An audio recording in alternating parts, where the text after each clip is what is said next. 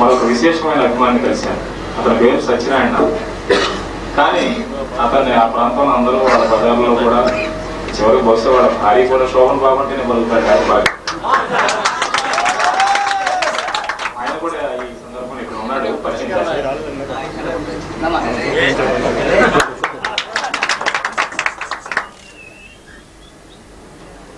శోభన్ బాబు అంటే ఆయన కనపడదు అసలు.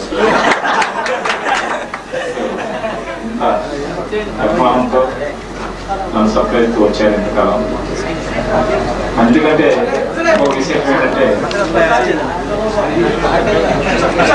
బలరామకృష్ణుడు ఈ మధ్య నేను నటించాను.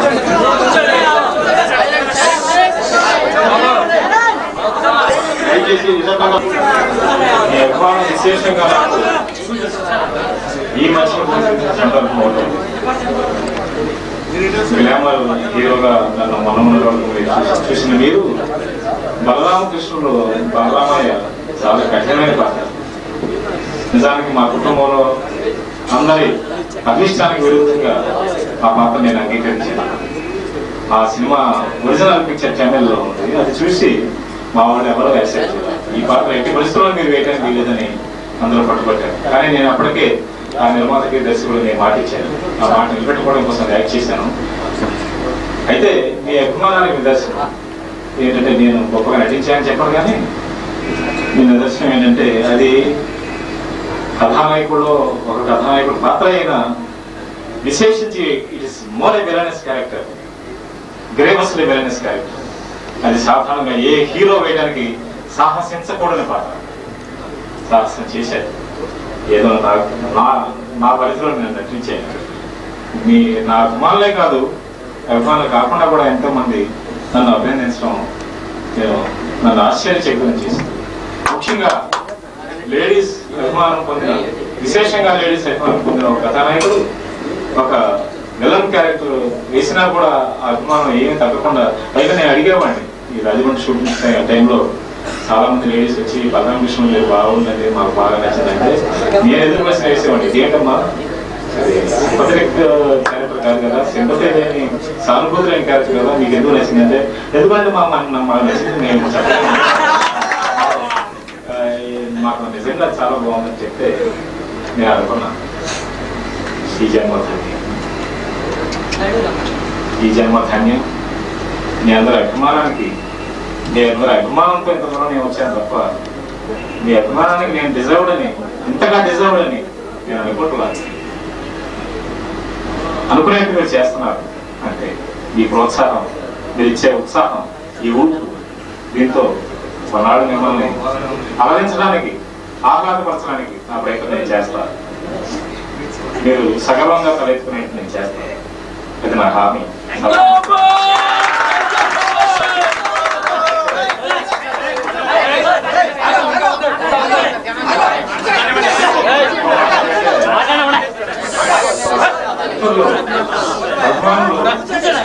కొంచెం లేకుండా బిహేవ్ చేశారు కాబట్టి వాళ్ళని బిడ్డలాగా క్షమించమని అన్నారు.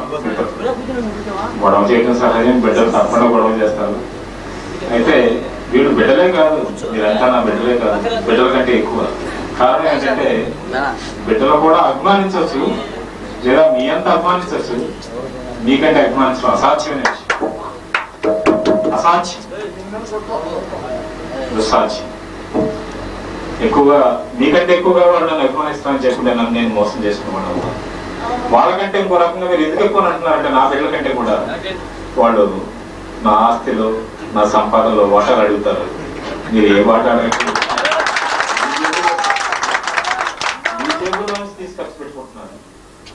కొన్ని ఏళ్లుగా నాకు తెలిసి 10-15 ఏళ్ళుగా నేను మీకు ఎవరికి నేను ఉత్తరాలు రాయట్లేదు, ఫోటోలు పంపిస్తలేదు, మీ టెలిఫోన్స్ కూడా నేను ఆన్సర్ ఇవ్వట్లేదు, నేను పక్కనే ఉంటాను ఆన్సర్ ఇవ్వట్లేదు. దాని అందరికీ ఒక కారణం, నేను ఆన్సర్ ఇస్తే ఒకసారి మీ టెలిఫోన్ నేను ఆన్సర్ ఇస్తే మీరు 100 టెలిఫోన్ చేస్తారు, 100 ఖర్చు పెడతారు. ఎంతో టైం, ఎంతో ఎనర్జీ, ఇవన్నీ మీరు నా మీద వేస్ట్ చేయడం నాకు ఇష్టం. మీ అభిమానానికి డెఫినెట్ గా నేను రెసిప్రొకేట్, అంతర్లీనంగా నేను రెసిప్రొకేట్ చేస్తున్నాను. అందువల్ల మీరందరూ ఆ విషయంలో నన్ను మీ కాలం కానీ, ఈ ఎనర్జీ కానీ ఏ విధంగా వృధాపరచడం నా మూలంగా నాకు ఇష్టం లేదు. అందుకే ఎంతో కాలంగా నేను ఎప్పుడు ఏ విధమైన ఎంకరేజ్మెంట్ నేను మీకు ఇవ్వాల, అయినా కూడా మీరు ఎంత అభిమానంగా నన్ను చూస్తున్నారంటే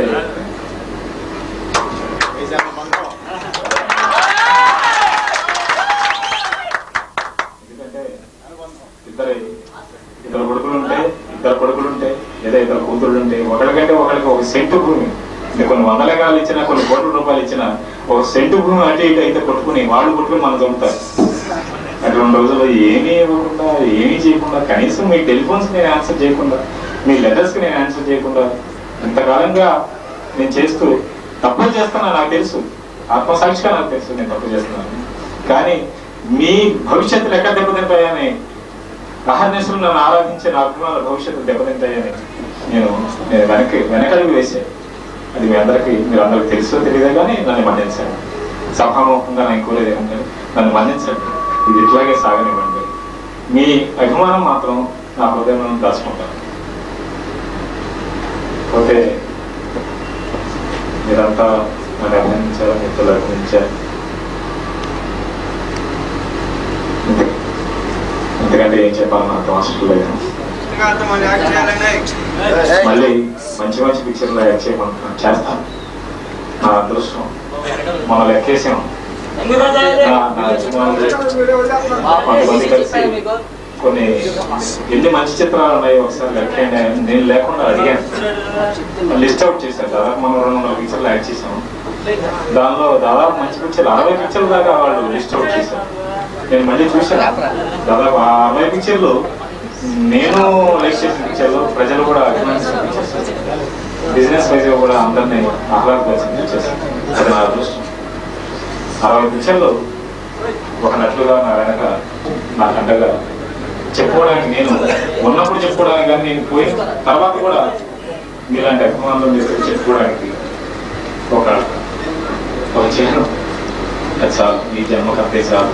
అవార్డులు అంటారా దాదాపు 44, 45 వచ్చినాయి. అవి కూడా మిత్రులు లెక్క పెట్టారు, నేను ఇవన్నీ లెక్క పెట్టను. అండ్ బెస్ట్ యాక్టర్ అవార్డ్స్ వచ్చినాయి. I will do my best continue same phenomenal. అయితే సభాముఖంగా నా అభిమానం కోరేది ఏంటంటే కొత్త తరం నూతన తరం హీరోల్ని మీరు ఏ విధంగా ఇచ్చిపరుస్తారు. ఒకే రీజన్, మీరందరూ నా బిడ్డలు ఎలాగో నా బిడ్డలతో సమానమని ఎలా చెప్పానో వాళ్ళు కూడా నా బిడ్డలతో సమానం. వాళ్ళ ఏజ్ కూడా నా బిడ్డల ఏజ్. నా కుమారుడు 32 సంవత్సరాలు 33 సంవత్సరాలు వచ్చినాయి. అలాగే ఈనాడు బాలకృష్ణ గారి, చిరంజీవి గారు కానీ వీళ్ళందరూ కుడి ఎడంగా అదే ఏజ్. వాళ్ళతో మన కంపారిజన్స్ ఉండకూడదు, వాళ్ళతో మనకు పోటీ ఉండకూడదు. అయితే వాళ్ళకి గౌరవం చేయండి, లేకపోతే మీరు అంతగా మీరు నచ్చకపోతే సైలెంట్. అందువల్ల ఎవరితో మీకు పోటీ ఎక్కర్లా. ఈనాడు మన బిడ్డలతో ఏంటండి తన బిడ్డతో పోటీ పడడు. అలాగే వాళ్ళంతా నా బిడ్డలు లాంటి వాడు, వాళ్ళతో నేను పోటీ పెట్టుకోను, మీరు కూడా పెట్టుకోవద్దు. ఇది సభంగా నా ఆవేదన, నివేదన. ఇంత సన్మానం ఇంత ఘనంగా నేను చేసినందుకు పైన నేను సన్మానాన్ని ఇష్టపడిన మిత్రులందరికీ తెలుసు. వాళ్ళు కూడా చెప్పారు, జగన్మోహన్ రావు గారు, వెంకటరావు గారు, శ్రీనివాస్ గారు అంతా చెప్పారు. అయినా నేను తప్పించుకున్నామని చూశాను ఈసారి కూడా. చాలా కాలం 10 ఏళ్ళు అడుగుతున్నారు, ఏమంటే పెద్దవాడు సెంట్రల్ ప్లేస్ అంటే మేము అన్నీ ఇంత కష్టపడుతుంటే మీరు సన్మానానికి కూడా మీరు ఆలోచించేది సభాముఖం కనపడరు ఏమిటండి ఇది. కాబట్టి మీ అందరికీ తెలుసు, నేను పబ్లిక్ ఫిగర్ అయినా I'm more A private person. I'm a private man though I'm a public figure, though I'm a private person. So ఒక షై టైప్ ఆఫ్ పర్సన్. ఈ సభలో అభినందనలు ఇవన్నీ పెద్దగా ఇష్టపడే మనిషిని కాదు. అయినా నేను ఏం సాధించానని అనిపిస్తుంటుంది ఎప్పటికప్పుడు. ఇంకా ఎంతో సాధించాల్సి ఉంటుంది.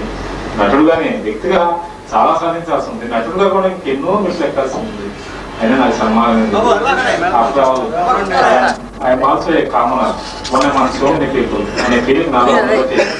ఈ సన్మానాలు ఇవన్నీ అంతగానే ఇష్టపడేవాడు కాదు. అయినా తప్పించుకోవడాన్ని ఆ మధ్య బలవంతం చేస్తే సరే ఫోన్ చేయండి, ఎన్నిసార్లు రోజులు ఏమైనా తర్వాత చేద్దామంటే ఫోన్ చేయండి నేను చెప్తాను. నేను రాజమండ్రి షూటింగ్కి వెళ్ళాను, ఫోన్ చేయకుండా డైరెక్ట్ కార్ వేసుకొచ్చాను. So they have actually cornered me. ఇంత ప్రేమతో ఇంత అభిమానంతో వాళ్ళందరూ వచ్చినప్పుడు కాలంతో బాగోలేదు. అవకాశం కూడా ఉంది కాబట్టి ఇక్కడ 10 రోజులు ఇప్పుడు మా ఊళ్ళో ఉండే అవకాశం వచ్చింది ఉంది కాబట్టి దాన్ని యాక్సెప్ట్ చేశాను. And I thank each and every person, one and every person, from my heart, from my mind, from everything of mine. Thank you very much.